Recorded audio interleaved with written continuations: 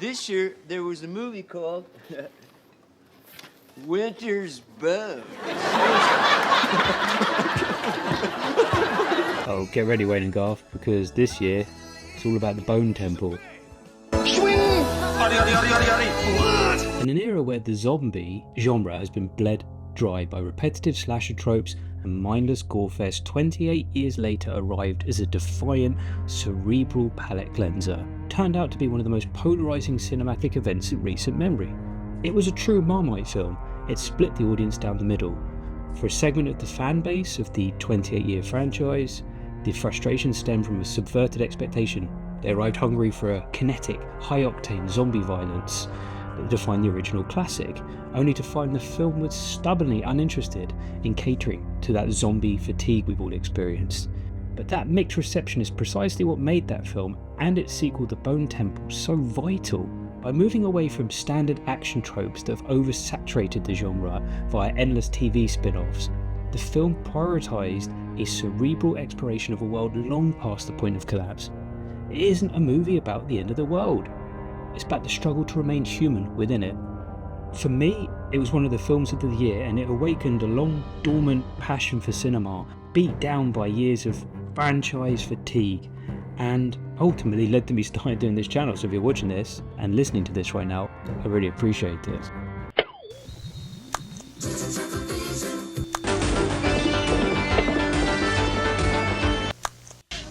'69, dudes!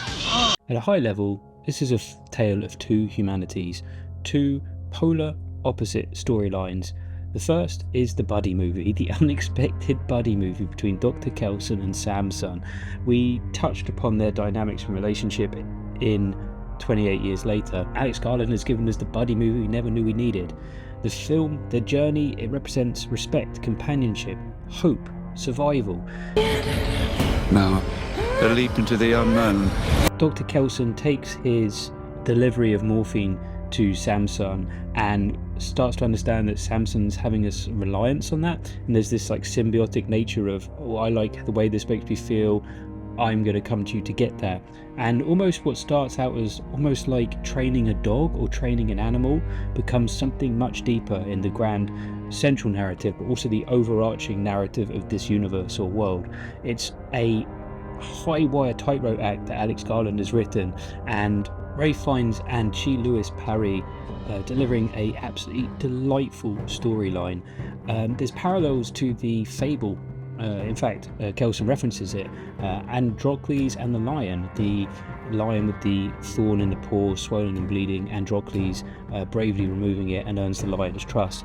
And the arrows that Samson had shot into him in the first movie, Kelson goes through the state of removing them. The film goes for some real giant swings in their sequences, and it lands all of them. For those of you concerned by seeing Samson in clothing in the trailer, fear not, he hangs dong in this film, as does Ray Fiennes. What moves the needle for you? Get yourself down to your biggest screen possible, maybe watch it in 4DX. So there's things pushing at my back. Actually, at my feet, I feel like something at my feet. They call that the tickler. I did feel the tickler, actually. There's some really sweet, tender, touching moments in this post-apocalyptic, zombie-ridden film, and a lot of them come from the Kelson and Samsung storyline. I really enjoyed this. There was a absolute punch the air moment of just astoundment and joy and the potential of what this is going to mean to the franchise, and that is juxtaposed by the Jimmies, by Spike's continuing story. Spike is a real side character in this, by the way. He basically is on the edge of a lot of scenes, just kind of looking scared or shocked or upset. Nothing away from the Alfie Williams performance. He's very good in it again. It's crazy to see someone so young able to perform in this world. Oh, the sweetness, all the unexpected touching moments from Kelson and Samson's storyline. Yeah, this part is a mix of extreme, shocking violence and surreal humor as well. I got a lot of Clockwork Orange vibes about it, how Stanley Kubrick used classical music to score scenes of horrific brutality and this kind of tonal dissonance, and that exists in this. The Jimmies have extremely graphic sequences. 28 years later, there was skulls being ripped out of bodies, and it was a 15 certificate in the UK. This is a 18 in the UK. It's hard violence, you're going to see flaying, you're going to see some really extreme moments, but they're countered at that moment with this surreal dark humour. Time for Tubby Bye-Bye. Is the part of the film that starts to get exciting when you suddenly realise that these two contrasting storylines are going to come smashing together. You've seen the trailers, you've seen the fire rave, the sequence that Kelso puts together, and let's just say that the trailer, while it's given quite an idea of what's going to happen, you've got no idea how it's going to get there, what the meaning of it is, and just the needle drop. Iron Maiden, fire, just a phenomenal sequence. I need to see it again and again and again. Bask in it, enjoy it. This absolutely crazy stuff that Alex Garland's put together, but that totally works and feels grounded within the world, within the storyline. Nia DaCosta, I've not seen any of her previous work. I know a lot of people were hit and miss about her when she was announced. She does a fine job. She's made this her movie from a wonderful Alex Garland script. At no point has she tried to make a Danny Boyle copycat film. There's no crazy editing, no crazy iPhone rigs or anything like this, but there's some beautiful shot compositions, there's some really interesting matte cuts. One of the biggest parts that people had a problem with 28 years later was that tonal whiplash they got from this surprisingly poignant film that suddenly has this introduction of these Jimmy Savile-like Teletubby Power Ranger influenced characters, and the film picks up when you catch up with the Jimmies, and you suddenly don't have that crazy tone anymore. You have their world, it's a very dark and miserable world, and Spike is thrust right into some ultra violence at the beginning, and that sets the tone for the entire thing. What I like about it, the last 29 weeks since seeing 28 years later, there's been this kind of trying to understand what they were going for. Okay, so we've got this Jimmy character, and we understand from the beginning of 28 years later, he is the vicar who's killed son.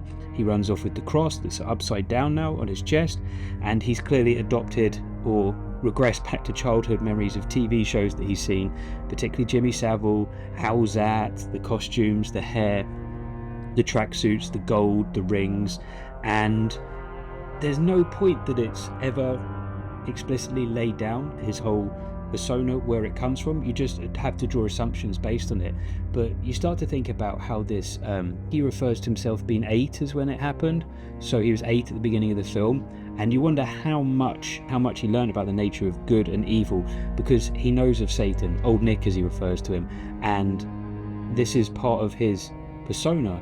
They live in such a world where they're desensitized to violence because violence is part and parcel of everyday life. So the way the Jimmies perform their charity acts, as they call them, the way that they go out and do the things that they do, they're justified. But what Alex Garland's done is he's made that justified by Sir Lord Jimmy Crystal being a cult leader, essentially. And the Jimmies are following him because he's offering them this kind of explanation as to why the world is the way it is, why they need to go around and kill Satan's beasts and this kind of thing.